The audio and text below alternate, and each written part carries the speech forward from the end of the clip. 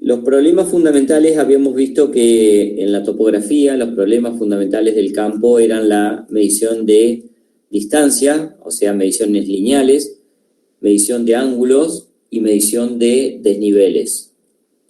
Hemos visto la medición lineal, la medición de distancias de manera directa, y ahora vamos a ver la medición de ángulos, que es uno de los problemas fundamentales de la topografía en los trabajos de campo. Medición de ángulos. Antes que nada, antes de avanzar en la medición de ángulos, es necesario poder definir, a ver, qué llamamos ángulo horizontal y ángulo vertical, porque vamos a tener esas dos variantes. Vamos a tener ángulos horizontales y ángulos verticales. Pero previamente tenemos que definir a qué llamamos ángulo horizontal y a qué llamamos ángulo vertical. Bien.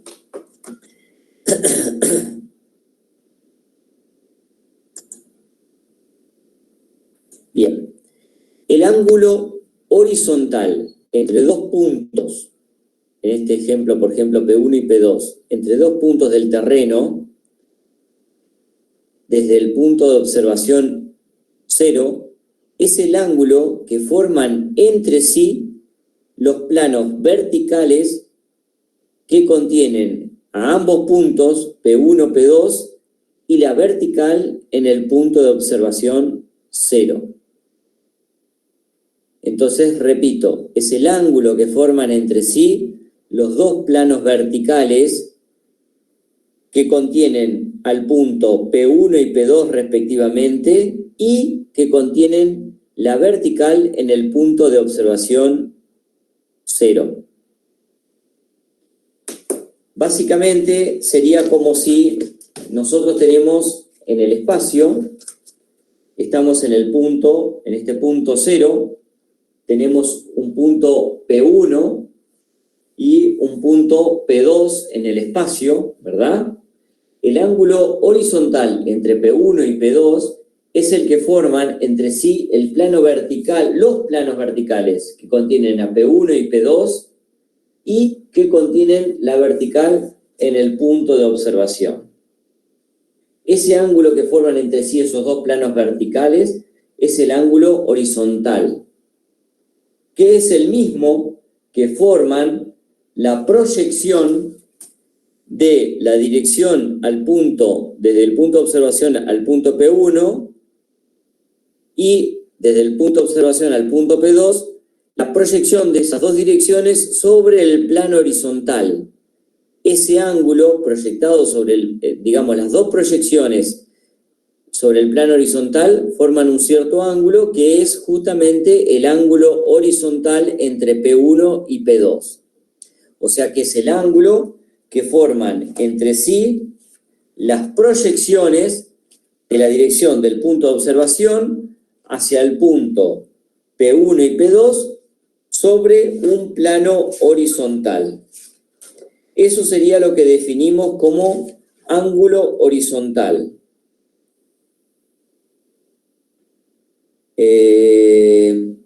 Ángulo que forman entre sí los dos planos, bueno, eso ya dijimos, continúa la vertical, es el ángulo que forman entre sí las proyecciones horizontales de las direcciones inclinadas. Las proyecciones horizontales de las direcciones inclinadas. Acá tenemos una dirección inclinada, la otra dirección inclinada. Las proyecciones horizontales de las proyecciones inclinadas, que serían sobre un plano horizontal, sería esta y esta. Ahí. Esta. Ese ángulo que forman es el ángulo horizontal, que es el mismo que forman los dos planos verticales que mencionamos anteriormente. Eso entre P1 y P2.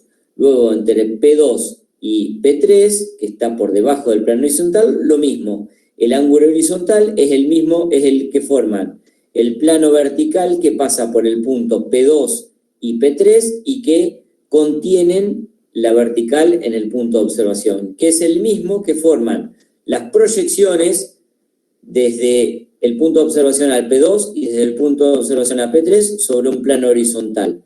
O sea, el ángulo que forman esas dos proyecciones sobre el plano horizontal es el ángulo horizontal. ¿Está claro? Eso llamamos ángulo horizontal. Definido el ángulo horizontal, que es muy importante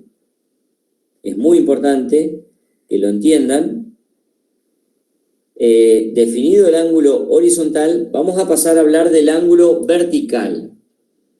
El ángulo vertical de la dirección a un punto es el ángulo que forma esa dirección con el plano horizontal que pasa por el punto de observación. Es el ángulo que forma la dirección con es un ángulo de elevación o de depresión. Ángulo de elevación, como estos dos, o ángulo de depresión que forma la dirección al punto con el plano horizontal. Si el ángulo es de elevación, o sea, si el punto se encuentra por encima del plano horizontal, ese ángulo horizontal será positivo.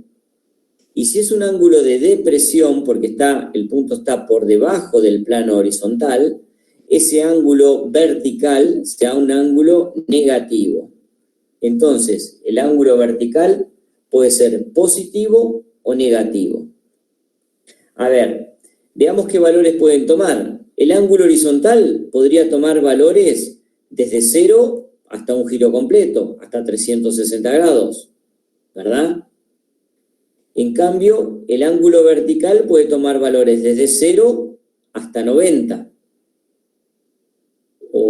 Sí, hasta 90, porque si tuviera más de 90, tendríamos un ángulo vertical del otro lado. Entonces, el más menos 90 es el ángulo vertical, es el valor, más menos 90, más 90 o menos 90 es el valor que puede tomar el ángulo vertical de la dirección a un punto. Más 90, menos 90, desde 0 hasta más menos 90. Existe un complemento respecto del cenit. El cenit es la dirección vertical del punto. Si el punto de observación es 0, acá tengo la dirección del cenit. A ver si puedo hacer una línea. La dirección del cenit sería... No me da bolilla. ¿Dijo la proyección vertical del punto es el cenit? No. Ah. La dirección vertical del punto. O sea, a ver, un segundito. Por eso, ese es el cenit. Ese es el cenit. Ahí está. La dirección del cenit sería la dirección vertical, esto suponiendo que sea una línea recta, es la dirección del cenit. El ángulo cenital es el que forma la vertical del lugar, o sea, la dirección del cenit, con la dirección del punto. Este ángulo se denomina ángulo cenital, que es el complemento del ángulo vertical. O sea, 90 grados menos el ángulo vertical va a ser igual al ángulo cenital. O sea que tiene relación con el ángulo vertical, solo que el 0, en lugar de estar en el horizonte, está en el cenit.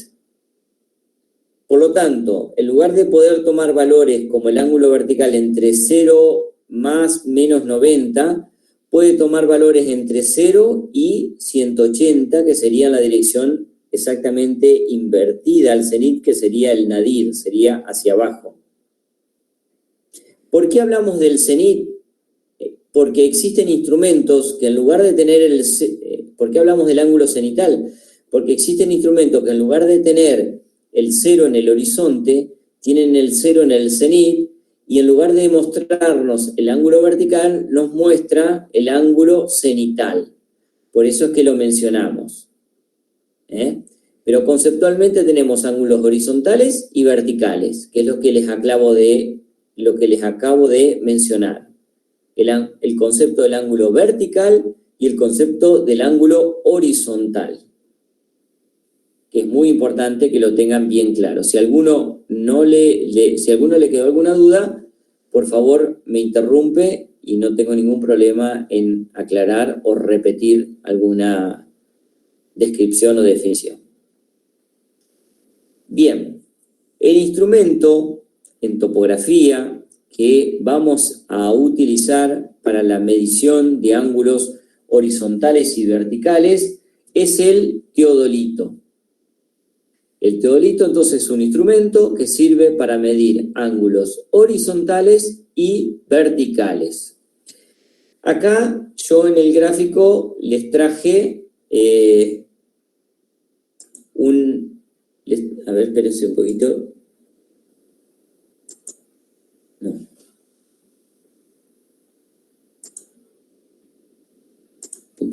Bien.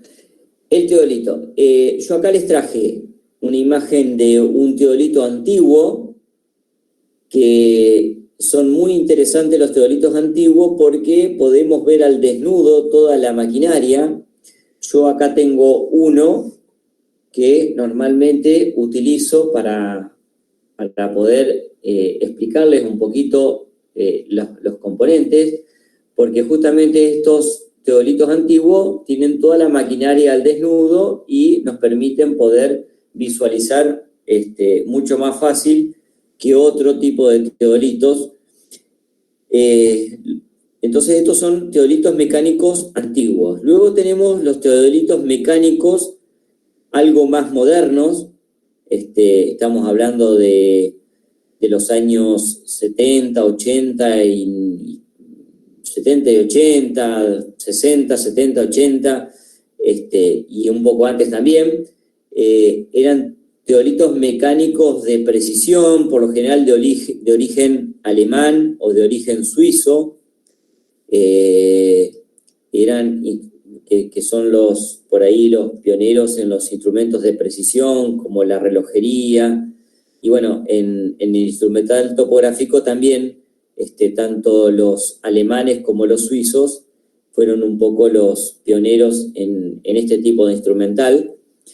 Y estos eran entonces teodolitos de precisión de aquella época, mecánicos todavía, pero bastante precisos. Pero al momento de poder estudiarlo, fíjense que en un teodolito más antiguo como este y como el que yo tengo acá, son teodolitos que nos muestran toda la maquinaria mucho más al desnudo y nos puede visualizar un poco más la mecánica de funcionamiento. En estos ya hay una carcasa cubierta que no nos permite ver el interior. Y luego ya de instrumentos más modernos tenemos el teodolito electrónico. O sea que acá tenemos las tres generaciones de teodolitos: los mecánicos más antiguos, los mecánicos más modernos y los electrónicos.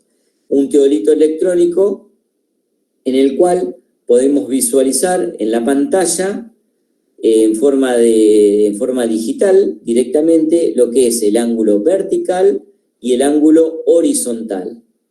Por eso volvemos a el funcionamiento del teodolito. Es un instrumento que sirve para medir ángulos horizontales y verticales.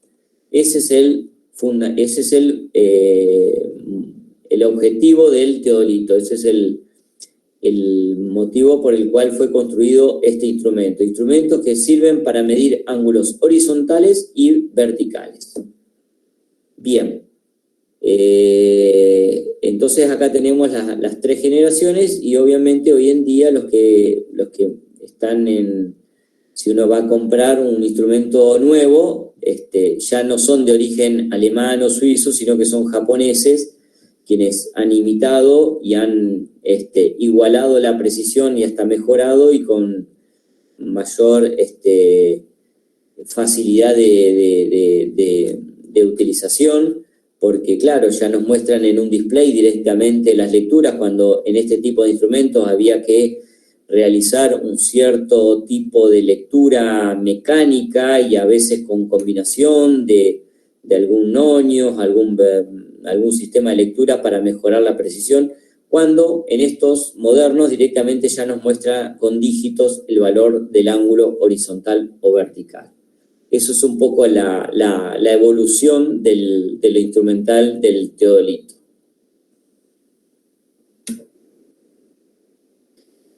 Bien, acá tenemos un teodolito muy similar al que yo tengo acá. Lo voy a poner acá arriba para que ustedes lo puedan ver mejor. Fíjense que es bastante similar al que tenemos acá en pantalla, solo que este que tenemos acá en pantalla tiene una brújula incorporada que no la tiene el que yo tengo en mi poder acá. Pero sí podemos observar al desnudo muchas partes. El teodolito consta de un anteojo, ¿verdad? Un anteojo con el cual tiene un sistema óptico con el cual podemos hacer puntería, y en su interior tiene ciertos hilos reticulares que ahora vamos a estudiar a continuación, que son los que nos sirven para hacer la puntería al punto y un aumento para poder acercarlo y poder hacer puntería a puntos lejanos. Luego el instrumento está apoyado sobre 3 tornillos, que son los tornillos que ya mencionamos cuando hablamos de la puesta en estación, que son los tornillos calantes o nivelantes, que sirven para horizontalizar el instrumento con toda precisión. Tenemos un limbo horizontal y un limbo vertical. ¿El limbo qué es? Es un disco graduado similar a un transportador, en el cual en un índice nos va a ir marcando tanto lo que es el ángulo horizontal como el ángulo vertical.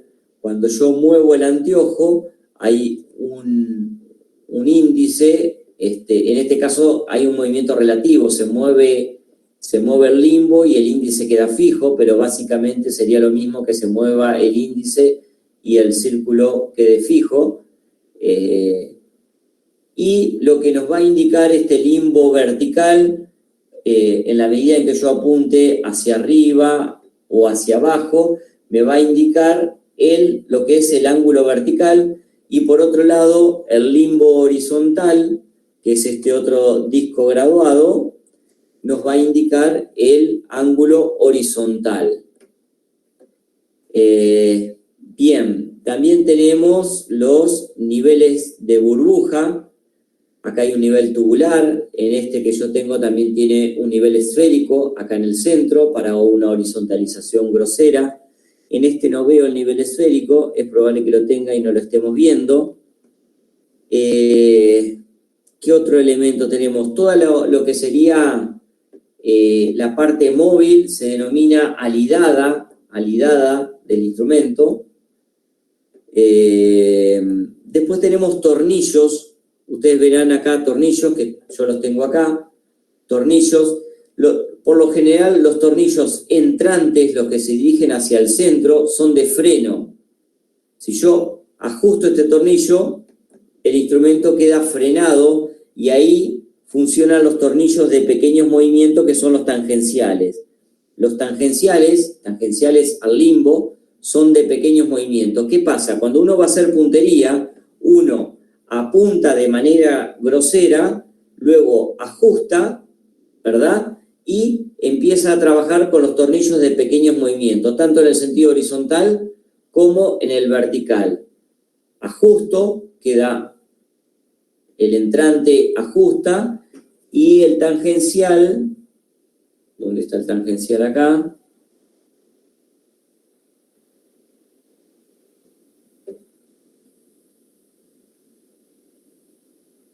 Este es el ajuste, bueno. Por lo general, los tangenciales, que no estoy encontrando pero siempre hay un tornillo de ajuste de movimientos horizontales. Cuando uno lo ajusta, hay un tangencial que hace pequeños movimientos para hacer puntería de manera más precisa. Porque si si no tuviera ese freno y ese tornillo de pequeños movimientos, sería muy difícil hacer la puntería. Entonces, tiene un freno y un pequeños movimientos horizontales. Y lo mismo en el sentido vertical. Tiene un freno y un pequeños movimientos verticales.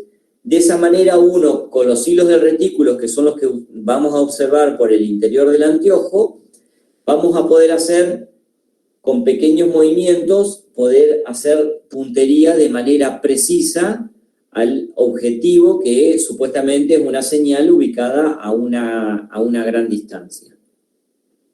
¿Qué otro elemento tiene el teodolito? Hablamos de los elementos básicos, entonces son los tornillos calantes o nivelantes, los limbos horizontal y vertical, obviamente el anteojo, con su componente interior que ahora vamos a estudiar, y los tornillos de freno y pequeños movimientos. Y bueno, los niveles de burbuja, tanto esférico para una horizontalización grosera, como el tubular para una horizontalización fina.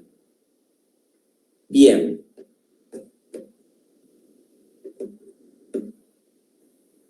¿Está libre? Sí. Bien.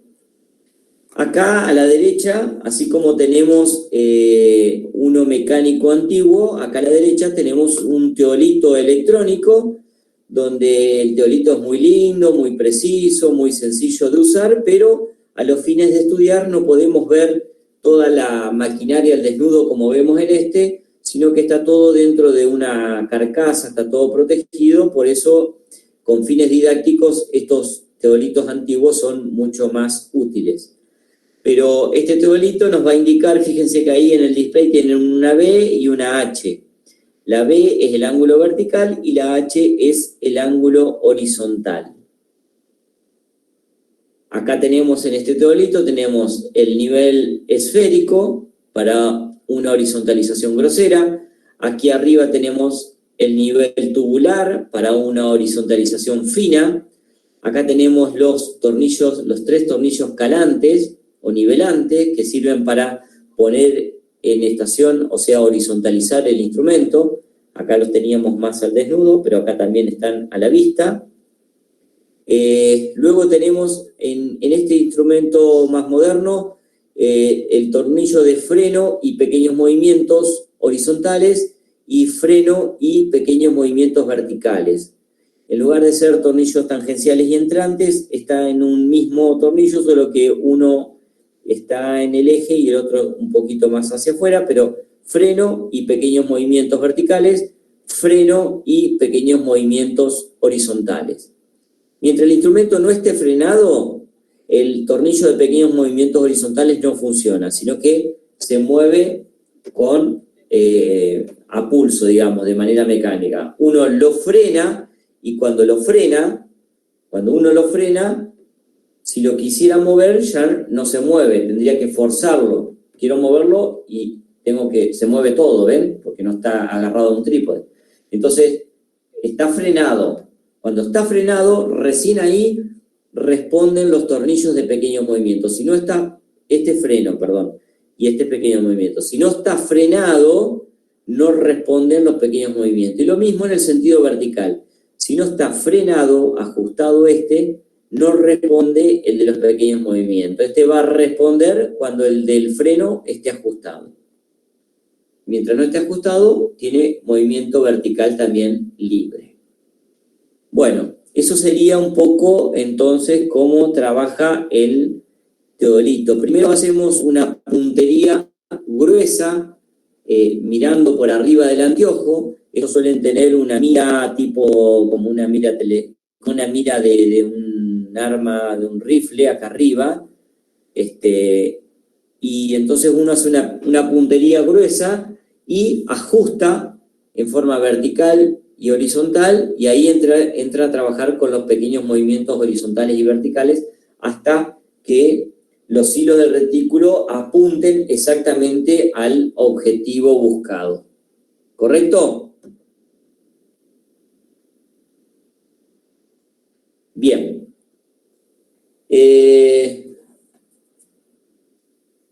El teodolito está compuesto de ciertos ejes que son tres. Tres son los ejes que componen al teodolito. Tenemos un primer eje que pasa por el centro del anteojo, que es el eje de colimación o visual. Ahí está dirigido hacia arriba, ahí está dirigido hacia el horizonte, ahí está dirigido hacia abajo. Lo cierto es que el eje que pasa por el centro del anteojo y que está definido por los hilos del retículo forman lo que se llama el eje visual o eje de colimación, que es acá el eje C', que pasa por el centro del anteojo y con el cual hacemos puntería. Ese es uno de los ejes, el primero. El segundo de los ejes es el que acá está identificado en este esquema como SS'. SS' es el llamado eje horizontal, eje de basculación, porque alrededor de él bascula el anteojo. Fíjense que tiene un movimiento de basculación alrededor de este eje horizontal. Entonces, este eje horizontal también se llama eje de basculación o también llamado eje secundario. Entonces, eje horizontal de basculación o secundario. El SS' y es alrededor del cual se mueve el anteojo junto con el limbo vertical. Y luego tenemos el tercer eje llamado eje vertical, principal, vertical. Este era horizontal, este es vertical. Principal, este era secundario, este es principal, o de giro del instrumento, porque alrededor, si está libre el freno, alrededor de él gira el instrumento, ¿ven? Alrededor del eje vertical que se continúa en la dirección de la plomada. Entonces, así como teníamos un eje secundario, tenemos un eje principal. Así como tenemos un eje horizontal, tenemos un vertical. Y también se llama de giro del instrumento, como este se llamaba de basculación. Sus nombres tienen que ver, obviamente, con sus características. Entonces, vertical, principal o de giro del instrumento, que acá en el gráfico está identificado con la letra B corta, y debe estar la B' por acá, así como estaba la CC', SS', B, y debería estar la B' por acá, que no la veo, pero se continúa el eje vertical en la dirección de la plomada, hasta llegar al punto en el cual estamos estacionados. De esa manera, tenemos los tres ejes que componen el teodolito y que son muy importantes al momento de estudiar el funcionamiento del teodolito. Es muy importante poder identificar esos tres ejes, que en este esquema lo podemos ver. Bien. Acá, en este esquema, lo que podemos ver es que está haciendo puntería a un punto A, donde sobre el punto A colocamos una señal, un jalón. Este gráfico identifica un jalón. Y luego de apuntarle al punto A y hacer la lectura en el limbo horizontal, se gira el instrumento y se le apunta al punto B y se hace nuevamente la lectura en el limbo horizontal. O sea que vamos a apuntar a los distintos puntos y cada vez que apuntamos leemos en lo que sería el limbo horizontal. Y ahí dice alidada porque alidada es toda la parte móvil, digamos. Alidada es la parte móvil. La base con sus 3 tornillos calantes, y bueno, no hay más en este esquema. Bien, acá nuevamente tenemos identificado los 3 ejes que componen el teodolito, y muy importante saberlos, conocerlos. Acá tenemos un instrumento un poquito más moderno, o sea, con una carcasa más... es mecánico, pero más moderno en este esquema. Y tenemos entonces el eje visual o de colimación ZZ, eje de colimación o visual, pasa por el centro del anteojo. El K, acá, que es el eje horizontal de basculación o secundario, alrededor del cual se mueve el anteojo, alrededor del eje horizontal se mueve el anteojo, o de basculación también. Y por último el eje SS, que es el eje vertical o de giro del instrumento o principal. eje vertical de giro de instrumento principal, es el SS, que gira todo el instrumento alrededor de ese eje y se continúa en la dirección de la plomada. El eje vertical se continúa, pasa por el centro de todo el instrumento y se continúa hacia abajo en la dirección de la plomada. ¿Estamos claros hasta acá? ¿Hay alguna duda?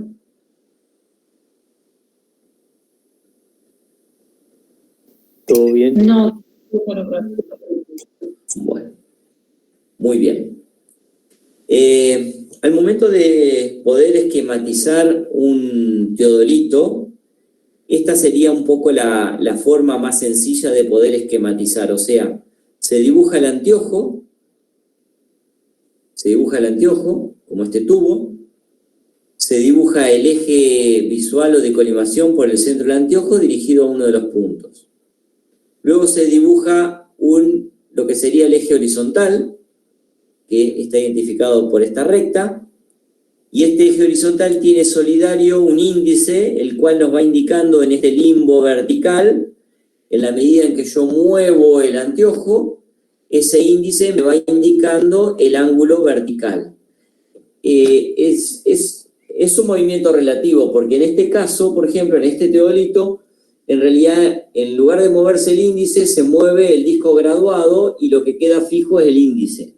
Pero básicamente es lo mismo, que se mueva el disco graduado y el índice quede fijo, o que se mueva el índice junto con el anteojo y el disco se quede fijo, sería lo mismo. Lo importante es que este índice me va a ir indicando sobre este limbo vertical el valor de lo que sería el ángulo vertical, porque está solidario con el anteojo. En la medida en que yo apunto hacia arriba, o hacia el horizonte, o hacia abajo, se va a ir moviendo este disco graduado, o este índice, de acuerdo, porque como les decía, es relativo. Y luego, aparte de esquematizar este eje vertical, horizontal o secundario, o de basculación, podemos esquematizar también por el centro del anteojo y de lo que sería este otro disco graduado, que es el otro limbo horizontal. Yo lo dibujo acá un poquito más inclinado, pero esquemáticamente sería esto el limbo horizontal. Por el centro pasa el eje vertical y continúa en la dirección de la plomada. Y tenemos un índice acá que me va indicando para cada dirección una lectura sobre el limbo horizontal. De tal forma de que yo le apunto al punto A y tengo una lectura. Giro el instrumento, le apunto al punto B y tendré otra lectura, porque este índice se irá a desplazar hacia acá, por ejemplo. Acá tenemos también esquematizado lo que es el eje de colimación, el eje secundario, de nunones, dice ahí, no conozco esa denominación, la conozco como eje secundario de basculación u horizontal. Este eje dijimos que es eje de colimación o visual, y este eje que acá dice principal se llama eje vertical principal o de giro del instrumento. Acá tenemos esquematizados los 3 tornillos calantes o nivelantes, tenemos esquematizado lo que sería el limbo horizontal y el limbo vertical. Cuando muevo el anteojo, este índice me va, como una aguja, me va a ir indicando sobre el limbo vertical el ángulo vertical. Y lo mismo cuando yo muevo todo el instrumento hacia un lado o hacia el otro, en este limbo horizontal me va a ir mostrando las lecturas de las direcciones, el ángulo que forma cada dirección respecto de un cero que quedó determinado en una determinada dirección. Bien, entonces eje de colimación, me estaba olvidando un poco del objetivo de esta lámina. Esta lámina lo que habla es de las condiciones que deben cumplir, porque estudiamos los ejes, que son 3, del teodolito, pero acá lo que queremos un poquito resaltar es las condiciones que deben cumplir estos ejes para que el instrumento no tenga error.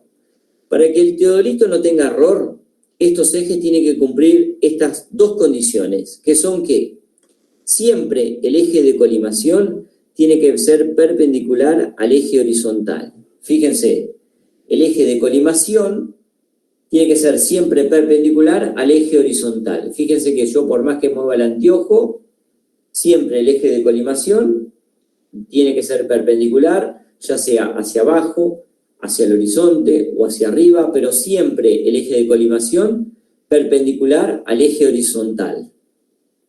Esa es la primera condición que tiene que cumplir. Y la segunda condición que debe cumplir el instrumento, el teodolito, es que siempre, o sea, este eje, yo les decía que por más que el anteojo apunte para cualquier lado, siempre este eje de colimación es perpendicular al eje horizontal. Ahora, la segunda condición es que el eje horizontal o secundario de basculación sea siempre perpendicular al eje vertical principal o de giro del instrumento. Fíjense que, estando en esta posición, es perpendicular. Si yo giro el instrumento, siempre el eje de colimación, el eje horizontal va a ser perpendicular al eje vertical principal o de giro. El anteojo podrá estar hacia abajo, hacia el horizonte, hacia arriba, pero siempre el eje horizontal y el vertical, o el secundario y el principal, o el de basculación y el de giro del instrumento, que son los tres nombres que tiene cada uno de ellos, siempre estos dos tendrán que ser perpendiculares. Esa es la segunda condición, como está mencionado aquí abajo. El eje de colimación debe ser perpendicular al eje horizontal. Y la segunda condición, el eje horizontal debe ser perpendicular al eje vertical. Acá me limité a usar una sola de todas las denominaciones que tiene cada uno de los ejes. Estas son las condiciones que deben cumplir los ejes. ¿Para qué? Para que el instrumento no tenga error. Si alguna de estas condiciones no se cumple, el teodolito tiene un cierto error que ya lo vamos a estudiar.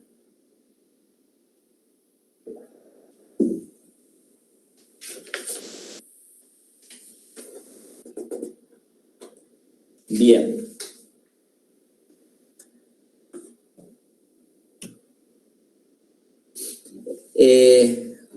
Hoy mencionamos que el primer elemento que mencionamos del teodolito es el anteojo. El anteojo es un elemento muy importante del teodolito. Acá está esquematizado un anteojo, el cual tiene ciertos aumentos y ciertos tornillos.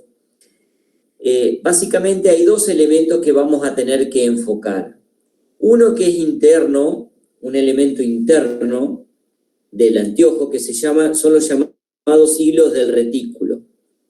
Los hilos del retículo son los hilos horizontales, o sea, el hilo horizontal y vertical, y luego tenemos dos hilos horizontal superior e inferior, que también se llaman hilos estadimétricos, el horizontal superior y el horizontal inferior, hilos estadimétricos, porque ya vamos a ver más adelante que nos permiten poder medir ciertas distancias mediante un método óptico que se llama estadimetría. Por eso estos dos hilos también se denominan estadimétricos. Entonces, hilo horizontal medio, hilo horizontal superior e inferior, también llamados hilos estadimétricos, e hilo vertical. Todos estos son los llamados hilos del retículo que están en el interior del anteojo, que están aquí adentro, y para lo cual tenemos un cierto tornillo que hace de enfoque, hace que, de acuerdo a la agudeza visual del observador, uno pueda ver estos hilos de manera borrosa o nítida, o no verlos, ¿de acuerdo? Entonces uno mueve los tornillos de enfoque de los hilos del retículo. En este ejemplo de teodolito electrónico están en este lugar, los enfoques del hilo del retículo es este pequeño tornillo. Entonces con eso uno lo que hace es enfocar y poder ver nítidamente los hilos del retículo. El otro tornillo de enfoque, que en este caso está acá, y que en este teodolito electrónico es esta rueda que está por aquí afuera, ¿ven? Esta rueda. ¿Esto sirve para qué? Para hacer enfoque del objetivo. El objeto, o sea, nosotros estamos apuntando a un jalón que está a 1000 metros, tenemos que hacer enfoque para poder ver con nitidez ese jalón, esa señal.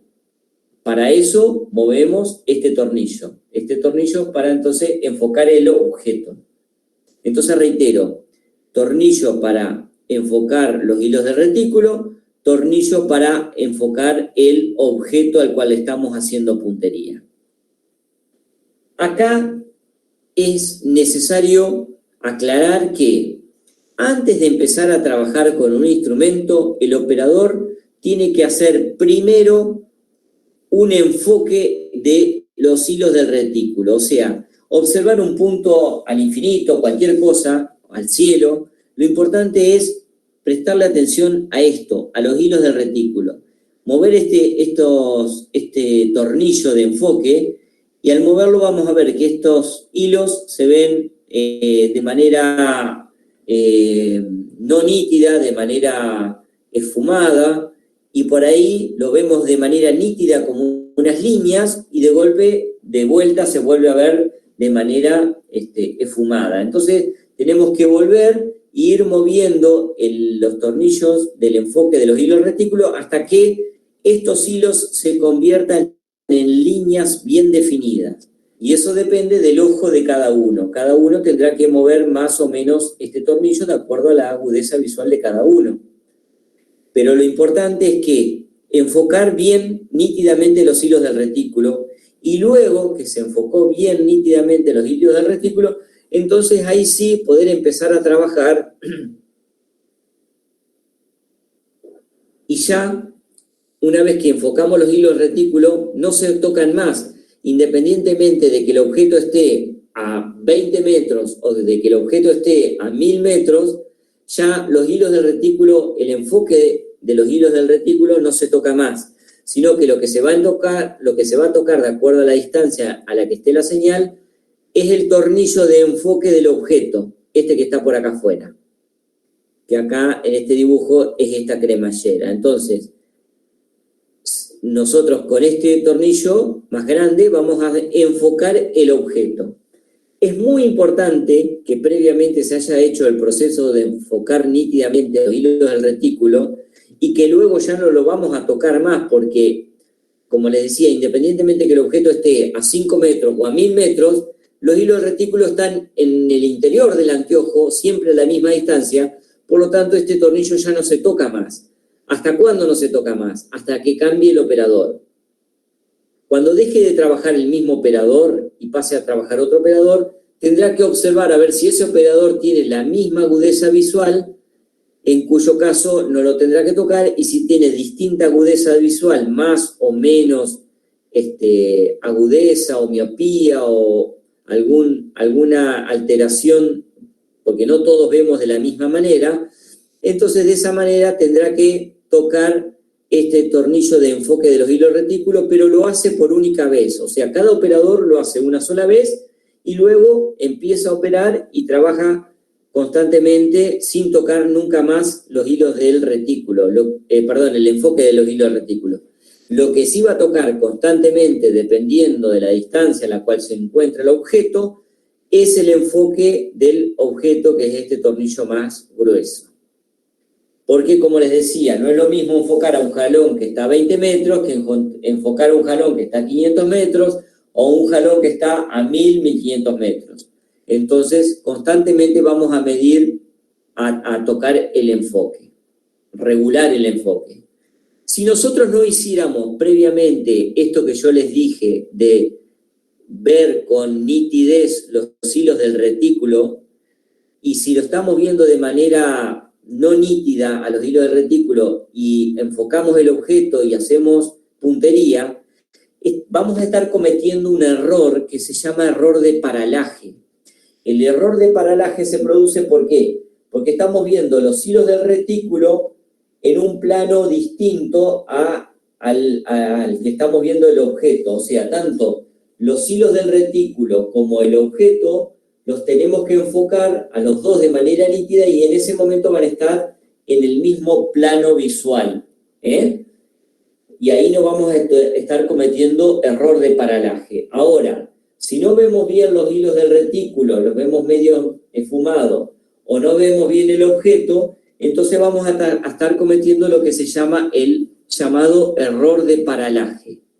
Por eso es que es muy importante, como primera medida, enfocar los hilos del retículo, verlos claramente como líneas bien definidas, estos que están acá, y luego sí, hacer puntería a cada uno de los objetos y hacer el enfoque correcto del objeto. De esa manera estamos evitando el llamado error de paralaje.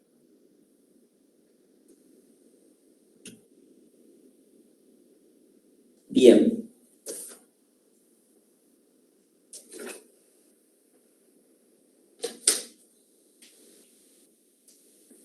¿Qué hora es?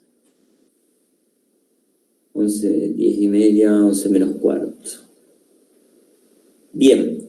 ¿Les parece bien si hacemos un pequeño recreo? Bueno, Emilio. Bueno.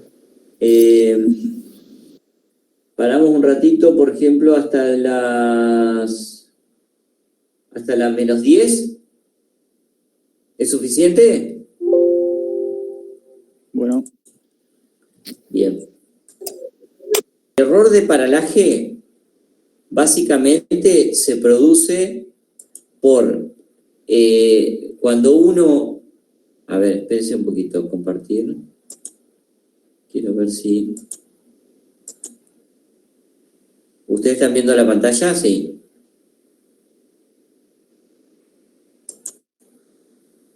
¿Ven ahí el PowerPoint? Sí, ahí se ve. Sí se ve, profe.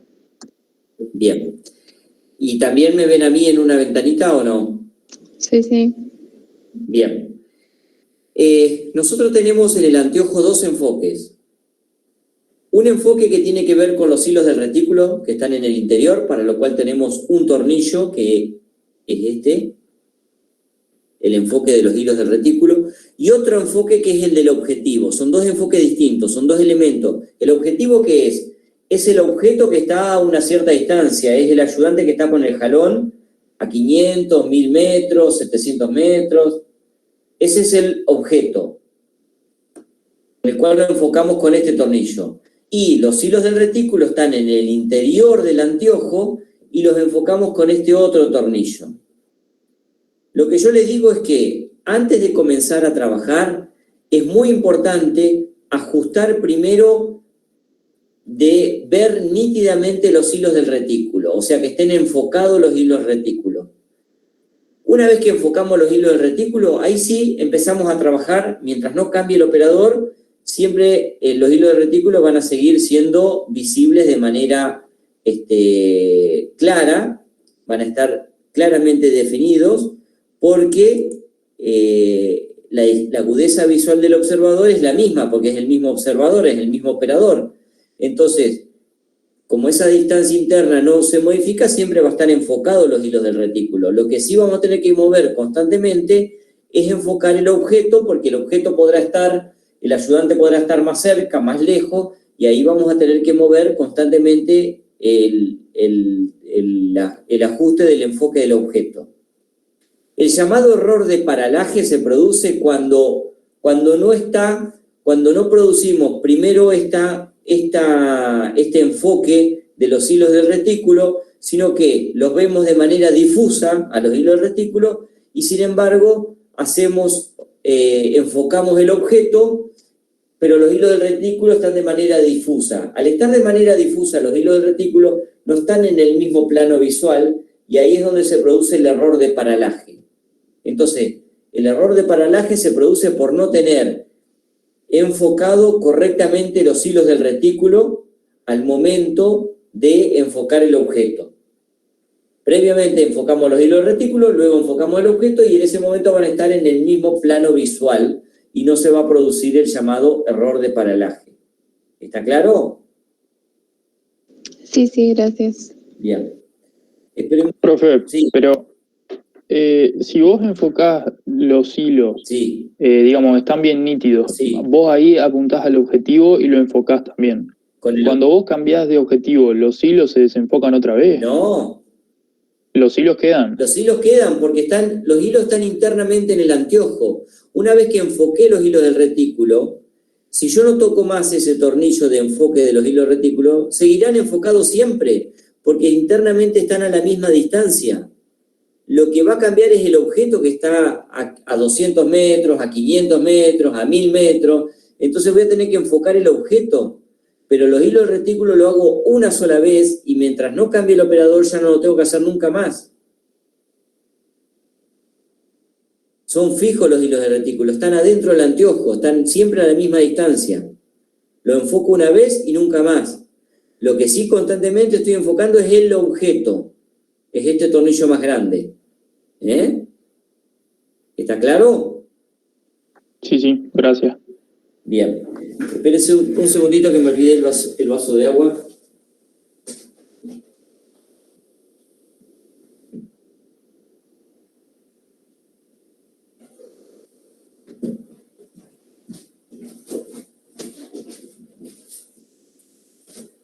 Bien.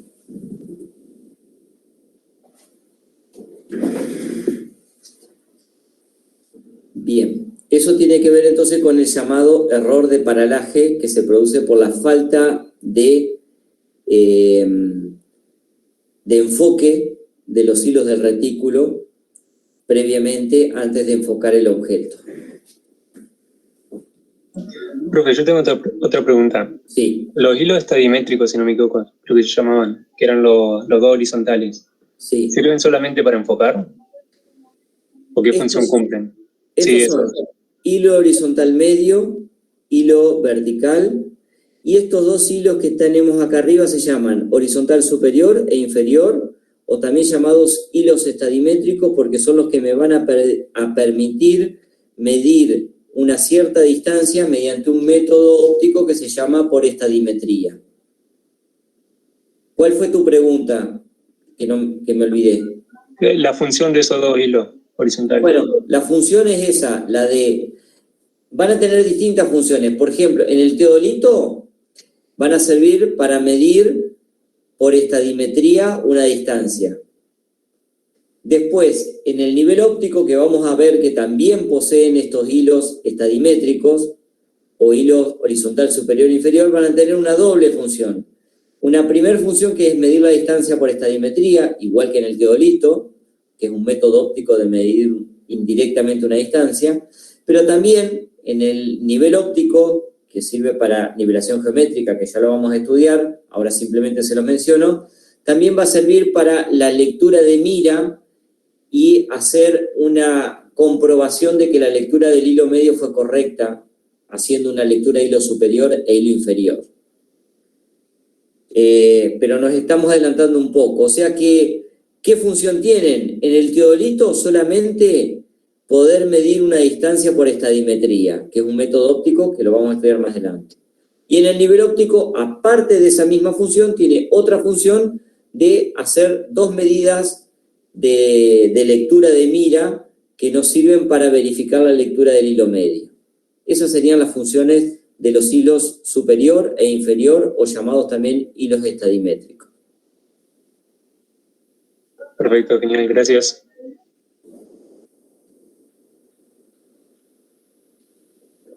Siguiendo con el teodolito, ahora estamos estudiando porque estos mismos hilos reticulares los vamos a encontrar, por eso se los mencioné recién, también en otros instrumentos como el nivel óptico o la estación total. Por eso les expliqué recién la función que tenían estos hilos en otro instrumento como el nivel óptico, que ya oportunamente lo estudiaremos. Ahora volvamos al teodolito. En el teodolito solamente para la posibilidad de medir una distancia por estadimetría, por eso se llaman hilos estadimétricos. Bien, hablemos un poquito, si no hay más dudas o alguna pregunta hacia atrás, hablemos un poquito de los llamados, igualmente cuando aparezca alguna duda o se acuerden de algo, me frenan, no hay ningún problema, estamos para aclarar todas las dudas que existan y las interrupciones bienvenidas sean, no pasa nada, al contrario. Sirven para saber que incluso que hay un intercambio, para saber que están del otro lado, ya que no les puedo ver la cara, por lo menos escucharlos y hacer un ida y vuelta. Bien, hablemos un poquito de los errores del teodolito. Yo cuando les mencioné los ejes, les dije que había 3 ejes y que había ciertas condiciones que tenían que cumplir estos ejes para que el instrumento no tenga error. Pues bien, si alguna de esas condiciones, de esas condiciones que tenían que cumplir los ejes no se producen, el instrumento tiene ciertos errores, y estos errores son los llamados error de colimación y error de inclinación de eje secundario. Son los errores más comunes que tienen los teodolitos y que están relacionados con los ejes del teodolito. Veamos estos errores. Primero, el error de colimación. El error de colimación es el que se produce cuando no se cumple la primera de las condiciones que yo les dije, que es que el eje horizontal o secundario sea perpendicular al eje visual o de colimación. Entonces acá dice, se produce cuando no hay perpendicular, está al revés, pero es lo mismo. Cuando no hay perpendicular entre el eje de colimación o visual y el eje horizontal, secundario o de basculación. Fíjense que hacia donde yo le dije al anteojo siempre va a ser perpendicular al eje de colimación horizontal o secundario. Si esa perpendicularidad no se produce, ¿verdad?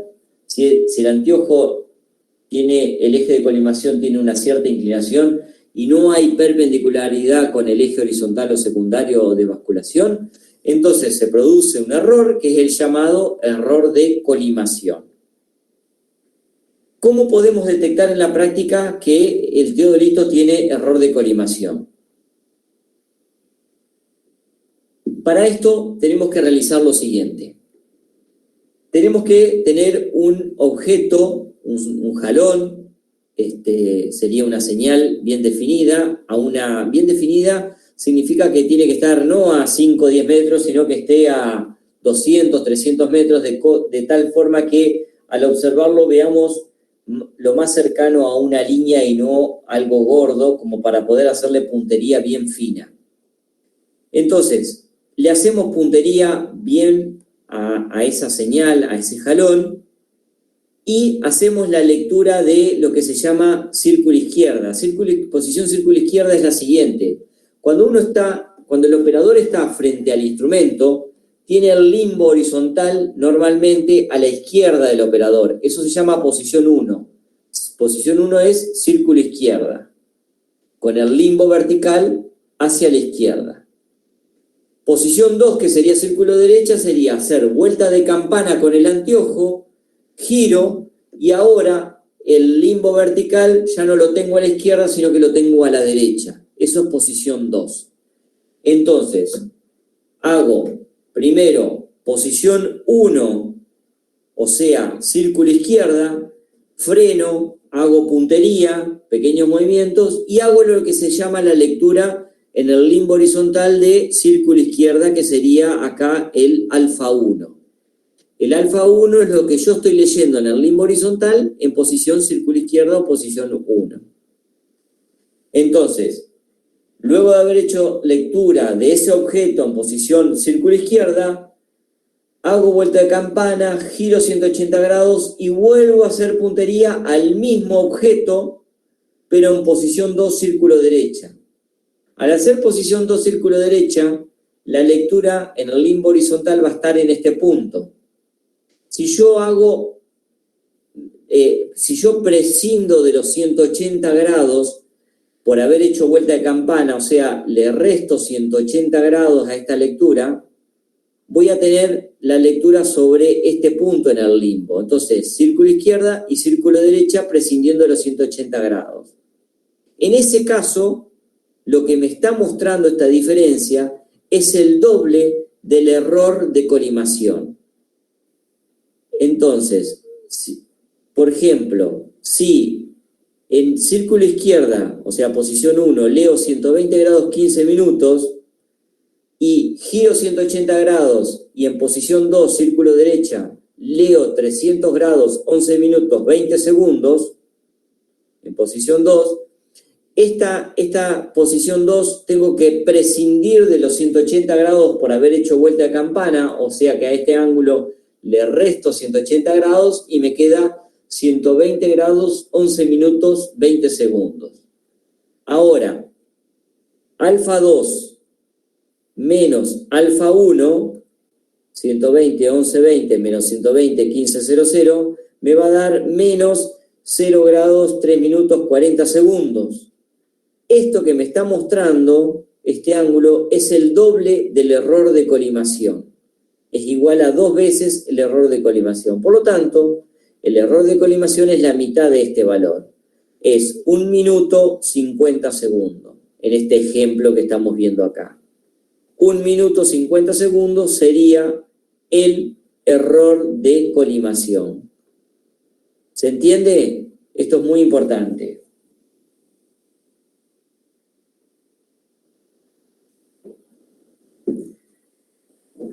Bien.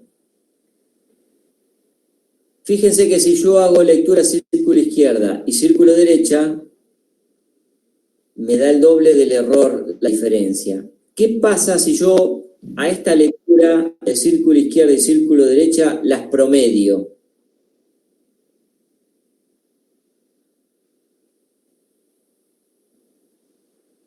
¿Qué pasa con el error de colimación?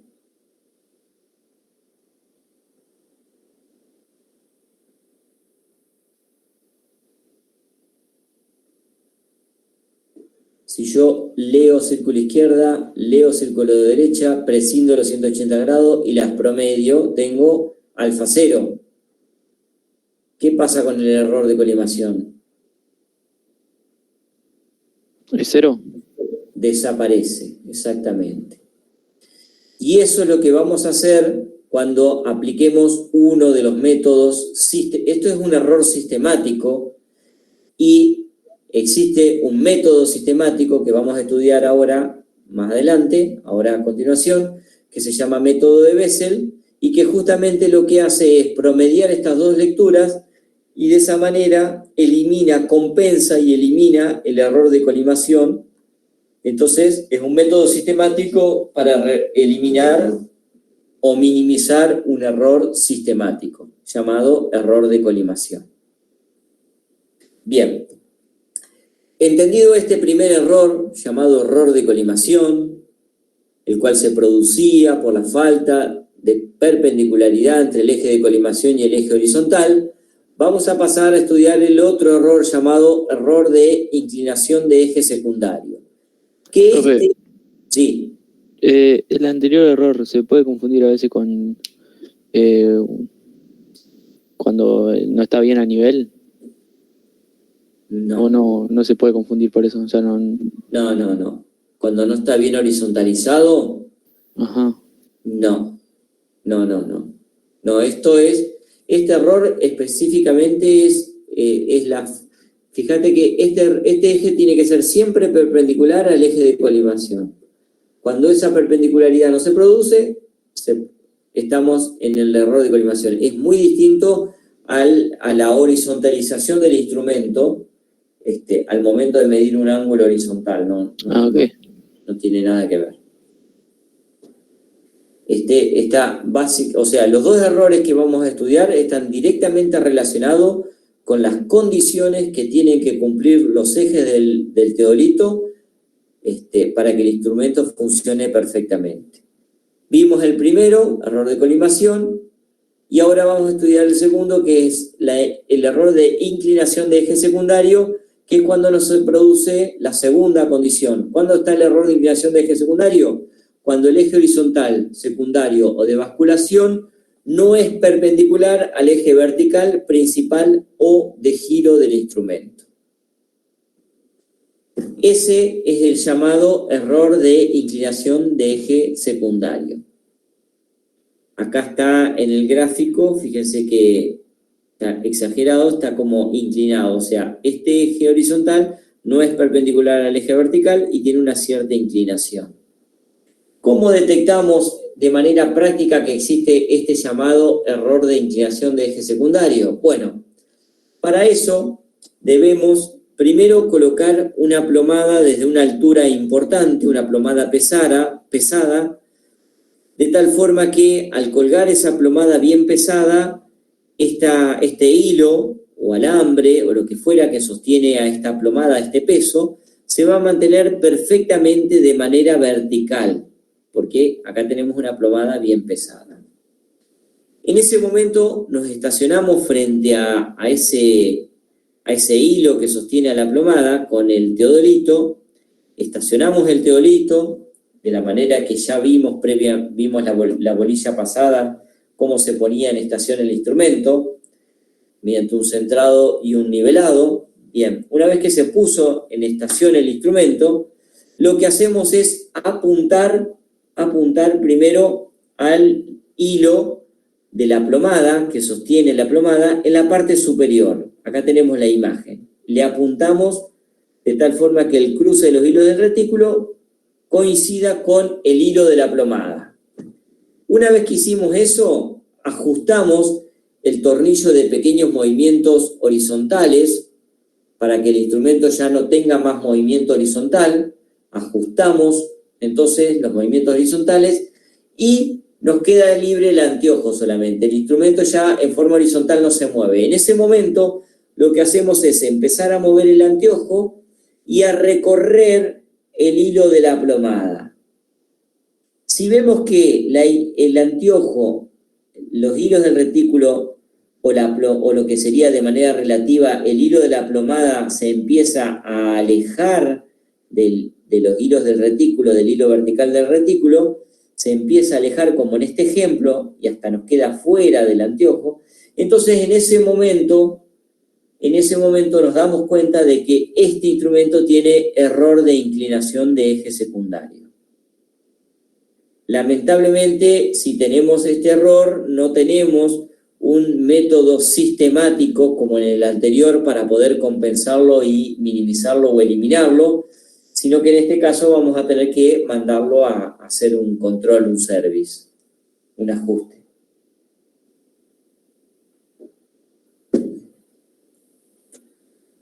Bien, este es el segundo de los errores que se produce por la falta de cumplir las condiciones que tienen que cumplir los ejes del teodolito para que el instrumento no tenga error. Visto esto, entonces, los errores del teodolito, error de colimación y error de inclinación de eje secundario, vamos a ver cómo es que mide un teodolito ángulos horizontales y verticales. Primeramente, veamos cómo medición de ángulos horizontales y verticales con teodolito. Ángulos horizontales. ¿Cómo mide un teodolito un ángulo horizontal? En realidad, el teodolito no mide ángulos horizontales, sino que lo que mide son direcciones. Y luego, por diferencia de direcciones, calculamos el ángulo horizontal. ¿Cómo es que mide direcciones? Porque nosotros tenemos el instrumento, este es el limbo, este sería el disco graduado, es una imagen del limbo que está acá adentro.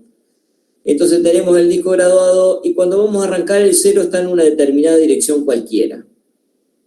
Nosotros giramos el instrumento y le apuntamos al punto A y hacemos lectura en el limbo horizontal de este ángulo, que en realidad es una dirección. No estamos leyendo un ángulo, sino una dirección. Luego le apuntamos al otro punto y vamos a leer otra dirección, o sea que vamos a leer la dirección A desde E y la dirección a B. Luego la diferencia de la dirección a B, que sería este ángulo, menos la dirección a A, que sería este ángulo, nos va a dar alfa, que es el ángulo entre A y B en el punto E. Por lo tanto, el teodolito mide direcciones y por diferencia de ellas, por diferencia de direcciones, surgen los ángulos horizontales.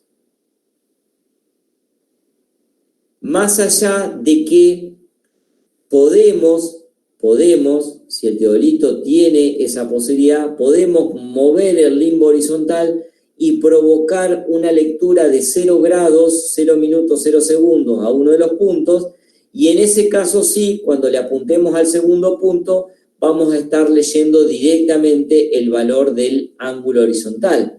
Y sí, porque básicamente en la ecuación anterior, la dirección AB menos la dirección A va a ser 0, por lo tanto va a ser directamente la dirección AB.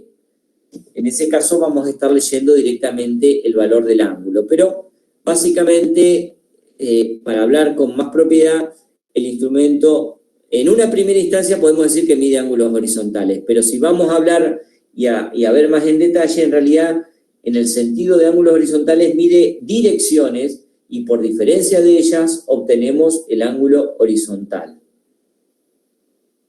¿Está claro esto?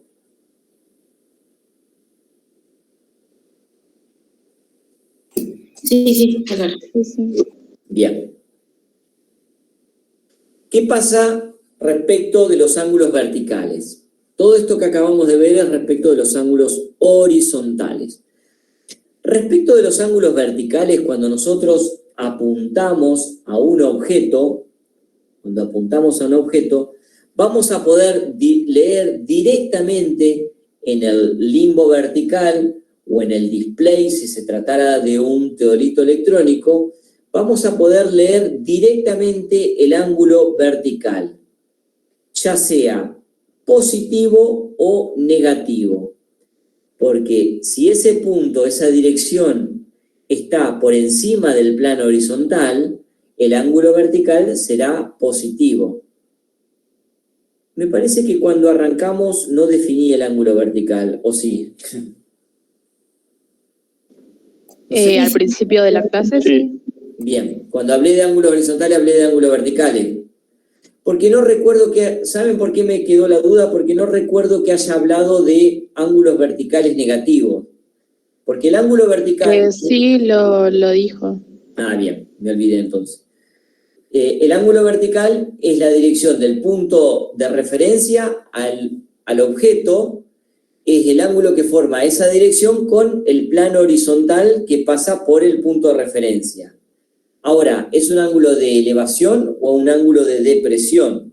Si el ángulo es de elevación, o sea, si se encuentra por encima del plano horizontal, será un ángulo positivo.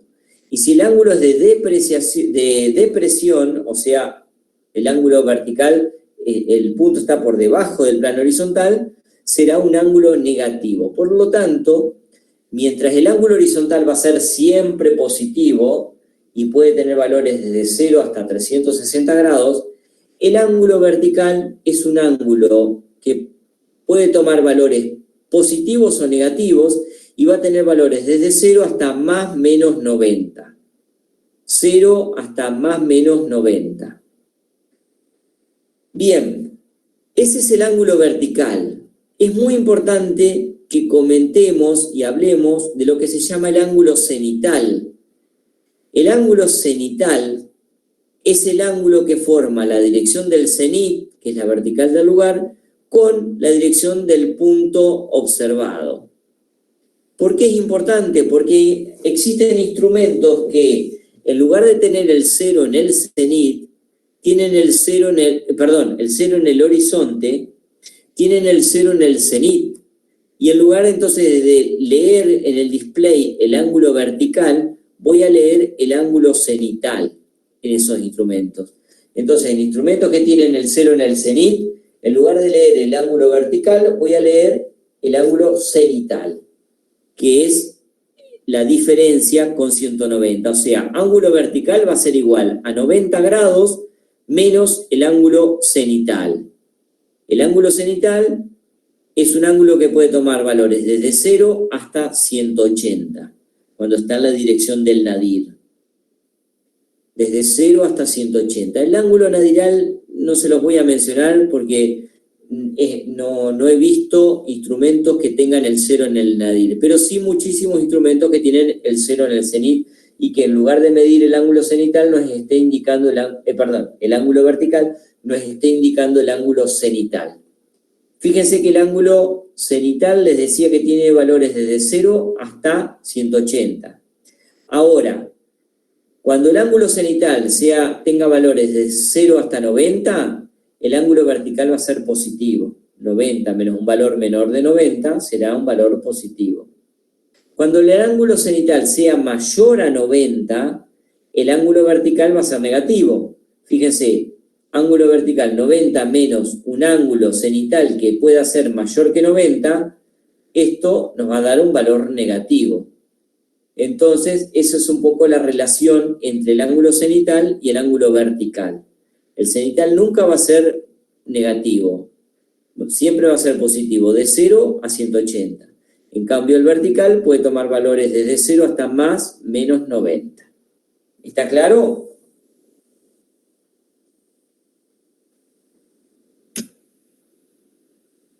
Eso lo estudiamos por el hecho de que hay muchos instrumentos que tienen el 0 en el cenit, por eso es importante saber qué es lo que está pasando en esos casos. Más precisamente en los dibujitos que vimos, si le prestamos atención al display de los ángulos, yo estaba mirando, a ver, acá por ejemplo, dice 272, claro, tiene una vuelta de campana, claro, tenemos, el operador está allá atrás. Este es el limbo vertical, lo tenemos a la derecha en lugar de tenerlo a la izquierda. Por eso el ángulo vertical me da 272, porque tiene un giro y un poco, o sea, 270 y un poco más. A ver si tenemos, acá, fíjense que el ángulo vertical dice 79 grados, cuando en realidad el anteojo está bastante cercano al horizonte. ¿Qué pasa? Me está dando seguramente la distancia cenital, el 0 en el cenit, por eso me marca 79 grados. ¿Se dan cuenta? Este está muy cerquita de los 270 grados, tiene 272, por lo que les decía. Porque tiene una vuelta de campana, tiene el círculo, el limbo vertical a la derecha, círculo derecha, porque si ustedes prestan atención, esta carcasa es un poquito más gordita que esta, entonces este es el limbo vertical. Bien. Y acá, está, en lugar de marcar el ángulo, están marcando la pendiente. Dice menos 1%. ¿Qué pasa? Los instrumentos electrónicos permiten intercalar entre ángulo vertical o pendiente. Pendiente sería cuánto baja cuántos metros bajas cada 100 metros de distancia. Entonces eso me va a dar la pendiente, el 1% acá. Bajaría 1 metro cada 100. Eso me da el valor de la pendiente. Bien. Los electrónicos me permiten cambiar de unidades entre grados sexagesimales o pendiente, que es otra unidad para poder medir la inclinación o el ángulo. Los errores ya los estudiamos. Estábamos acá. Este punto fuera de estación trata el caso particular que muchas veces se nos presenta cuando queremos medir, estamos en el campo, y queremos medir un ángulo horizontal, por ejemplo, entre B y C en el punto A, pero esto es un alambrado, esto es otro alambrado, son alambrados de los vértices de un campo. Queremos saber este ángulo, pero claro, no nos podemos estacionar sobre un poste con el teodolito. Entonces existe esta alternativa que se llama, un método que es punto fuera de estación. ¿En qué consiste el punto fuera de estación? Bueno, consiste en estacionarme en un punto desplazado del vértice A, sería el A'. Me estaciono en ese punto excéntrico desplazado, desde ahí le apunto a B, le apunto a C y le apunto a A. De esa manera voy a poder medir entonces el ángulo alfa y beta. Por otro lado, como estoy midiendo estos supuestamente son lados de un polígono, voy a tener medido el lado AC y el lado AB. Entonces, estos dos lados los tengo medidos, estos dos ángulos los tengo medidos, y tengo medido E, que es la distancia excéntrica, o sea, cuánto me desplazo de A. Con esos elementos, con estos alfa, beta, AB, AC y A', voy a poder plantear, fíjense, acá tengo una paralela a AC, esta línea de puntos es paralela, y esta otra línea de puntos es paralela a AB. Este ángulo que se me produce, que lo llamo epsilon 1, lo tengo acá por alternos internos entre paralelas. El epsilon 2, que lo tengo acá en este triángulo, es el mismo que se produce acá por alternos internos entre paralelas. Entonces tengo epsilon 1, epsilon 2, alfa y beta. Bien, lo primero que hacemos es plantear el teorema del seno en este triángulo y decimos que, porque si yo calculara epsilon 1 y epsilon 2, alfa y beta ya lo medí, tranquilamente puedo saber el valor de A como el giro completo menos la suma de este, más este, más este, más este. Estos dos los medí, falta que calcule epsilon 1 y epsilon 2. Para eso entonces aplico teorema del seno en este primer triángulo y digo que el seno de epsilon 1 es a E, es al lado opuesto, como el seno de alfa es al lado opuesto a B. Entonces, despejo seno de epsilon 1 va a ser igual. E pasa multiplicando, E es la distancia excéntrica, E por seno de alfa dividido el lado AB. Por lo tanto, epsilon 1 va a ser el arcoseno de este valor. Lo mismo hago en este otro triángulo con epsilon 2. Digo que seno de epsilon 2 es al lado E, a la excentricidad, como el seno de beta es a AC. Entonces acá E pasa multiplicando, me queda seno de epsilon 2 igual a este valor, donde son todos datos. Por lo tanto, epsilon 2 es el arcoseno de este valor. Una vez que hallé epsilon 1 y epsilon 2 y alfa y beta ya lo había medido, entonces puedo decir tranquilamente que el ángulo que quiero calcular en A', que es igual al ángulo en A, va a ser igual a 360 grados menos la sumatoria de alfa más beta más epsilon 1 más epsilon 2. De esa manera tengo el método de punto fuera de estación para el cálculo de un ángulo cuando no me puedo estacionar sobre el vértice. ¿Correcto? Bien.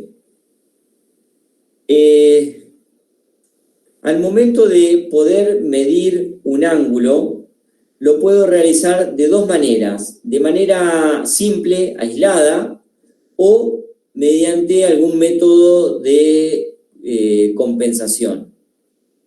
Los métodos con compensación, los más importantes son tres. Son el método de Bessel, que ya se los nombré hoy y ahora lo vamos a estudiar, el método de repetición y el llamado método de reiteración. La forma de medir simple sin compensación, un ángulo, bueno, repasando un poquito sería, me estaciono en O, el cero me queda en una determinada dirección, el cero en el limbo horizontal, cuando yo me estaciono, le apunto al punto A y hago una lectura en el limbo horizontal alfa 1. Luego le apunto a B y hago otra lectura en el limbo horizontal llamado alfa 2. Luego alfa, que sería el ángulo entre A y B en el punto O, va a ser igual a la lectura segunda menos la lectura primera. De esa manera, por diferencia de lectura o diferencia de direcciones, obtengo el ángulo interno del polígono A o B. Eso sería una forma simple, sin compensación, de poder medir un ángulo. Ahora bien, dentro de los métodos de compensación, este que ya se los mencioné, se denomina método de Bessel. ¿En qué consiste el método de Bessel? método de Bessel consiste en visar cada uno de los puntos en los cuales queremos medir, en los cuales vamos a hacer la lectura de dirección para luego poder calcular el ángulo. El método de Bessel consiste en cada uno de los puntos hacer lectura círculo izquierda, o posición 1, hago al punto 1, círculo izquierda, al punto 2, círculo izquierda, al punto 3, círculo izquierda, y así a todos los puntos de interés. Luego hago vuelta de campana y vuelvo a apuntarle al punto 1, círculo derecha, al punto 2, círculo derecha, al punto 3, círculo derecha.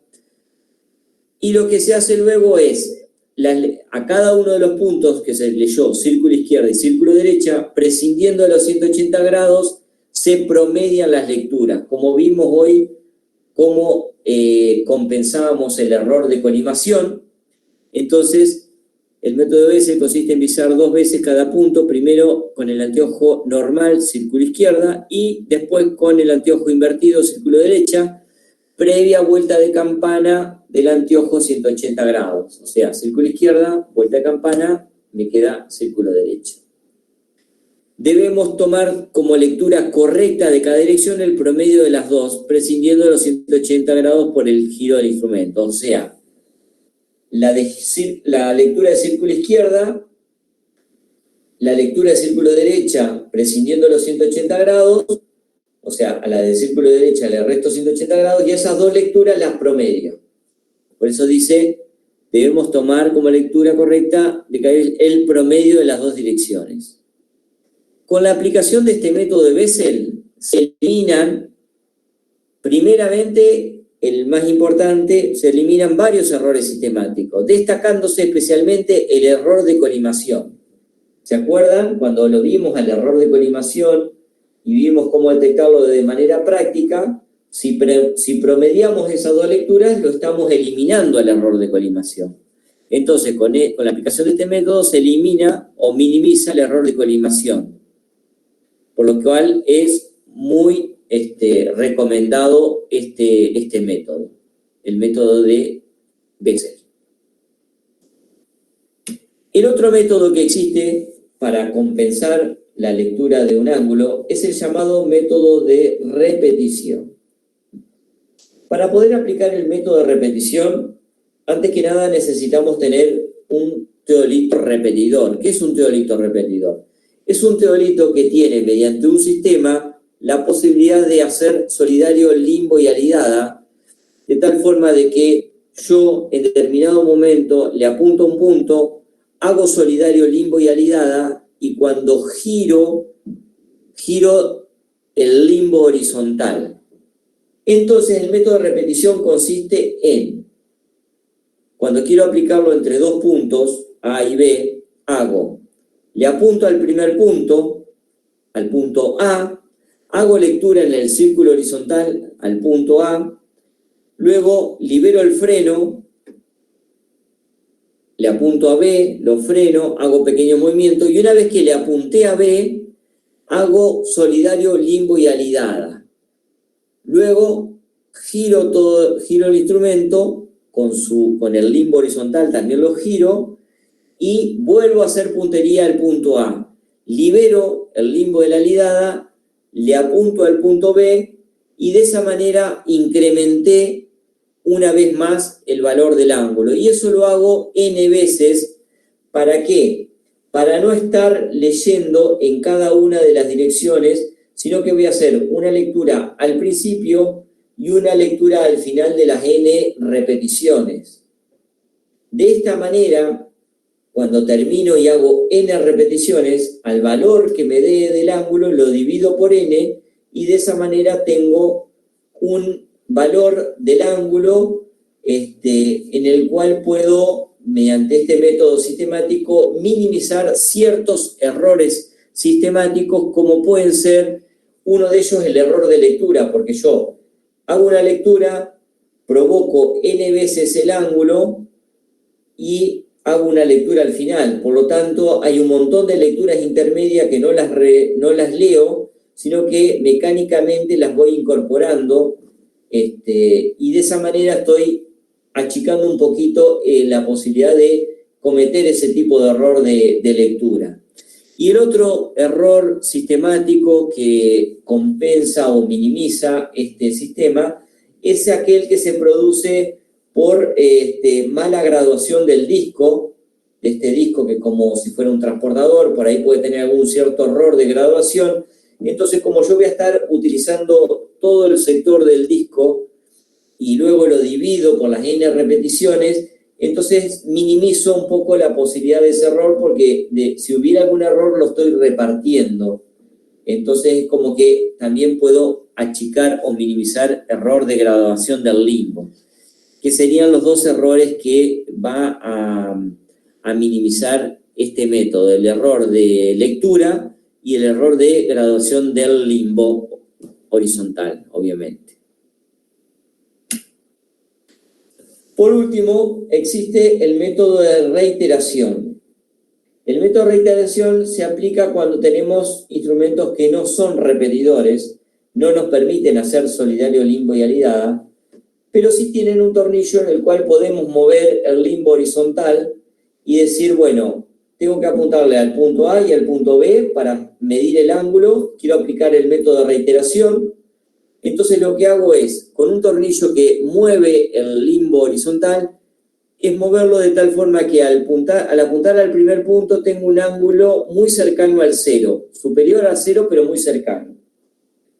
En ese momento hago lectura de la dirección a A, le saco el freno, le apunto a B y hago la lectura del punto B. De esa manera tengo una primer lectura del ángulo entre A y B en el punto C que estoy estacionado.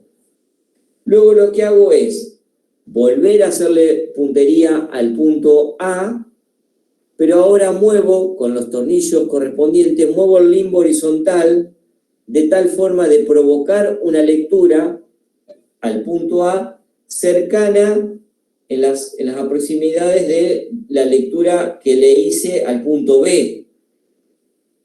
Hoy le hice a A y a B. Ahora vuelvo a A, pero muevo el limbo horizontal hasta provocar, qué sé yo, por ejemplo, si le apunté al punto B y decía 30 grados, cuando le apunto a A, voy a mover el limbo horizontal con su tornillo correspondiente hasta provocar una lectura alrededor de los 30 grados. En ese momento anoto en la libreta de campo esa lectura al punto A, libero el freno, le apunto a B y anoto la lectura hacia B. Y así lo hago n veces. Luego de obtener n veces el valor del ángulo, lo promedio, o sea, lo divido por la cantidad de veces, y de esa manera tengo el valor más probable aplicando el método de reiteración. ¿Qué errores estoy minimizando mediante el método de reiteración? Bueno, el único error que estoy minimizando es el error que pudiera haber por mala graduación del círculo, porque de esta manera estoy utilizando todo el sector del círculo y luego lo estoy dividiendo por las n veces, pero mido n veces el ángulo, tratando de utilizar todo el sector del círculo del limbo horizontal, y al promediarlo es como que reparto esa posibilidad de error, no la tengo toda acumulada en uno solo si es que lo existiera, sino que lo reparto y en cierto modo lo compenso o lo minimizo. Ese sería el método de reiteración, que es el tercero de los métodos de compensación para la medición de un ángulo. Bien, con esto terminamos lo que es medición de ángulos con teodolito. Y teniendo en cuenta la hora que es, yo les pediría que me digan si alguno tiene alguna duda respecto de lo que hemos visto y dejar ya para la clase que viene lo que es esta parte final de la bolilla, que sería medición de ángulos con cinta. Lo dejamos para la próxima clase, para terminar esta bolilla en la próxima clase y después continuar ya con la bolilla 5. Por eso quisiera que, si fuera posible, me gustaría que enciendan sus cámaras y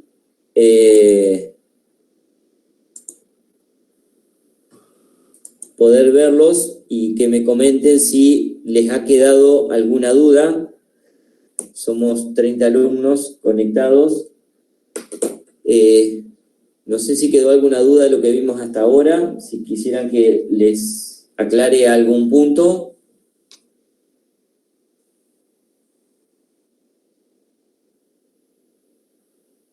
Por mi parte, no.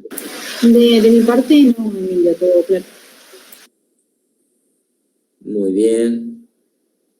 Bien. Sí, a mí también me quedó todo bastante claro. Bueno. Sí, yo digo lo mismo. Bien.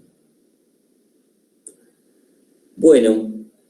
Bien, entonces, si no hay, si está todo medianamente claro, yo ahora en un ratito lo que voy a hacer es mandarles por mail, como lo hago siempre, el PowerPoint, para que lo tengan de apoyo para el cuestionario de la próxima clase. Y me gustaría por ahí si podemos repasar un poquito la asistencia, a ver quiénes son los que por ahí ya no están. Albornoz no debe estar, tenía problemas de salud.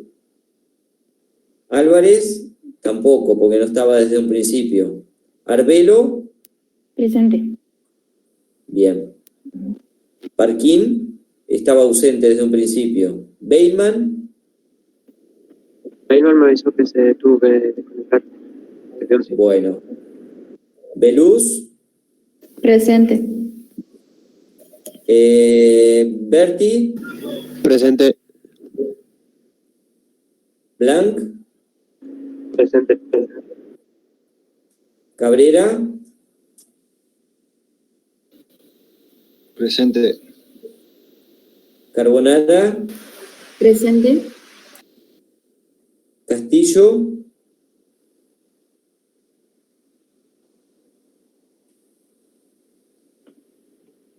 Castillo no está. Dal Soto. Presente. Hegel. Calvarini. Presente. Carnier. Presente. Giano. Presente.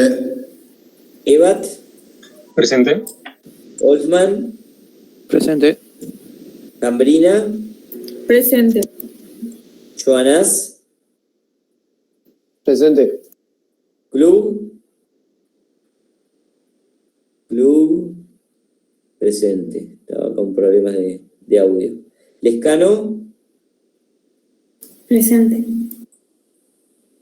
Marqués de Bastos. No se aceptó Laza. Presente. ¿Quién habló? Laza. Laza, sí. Está presente. Sí. Marqués de Bastos me dijo presente. Martínez. Presente. Gonzalo.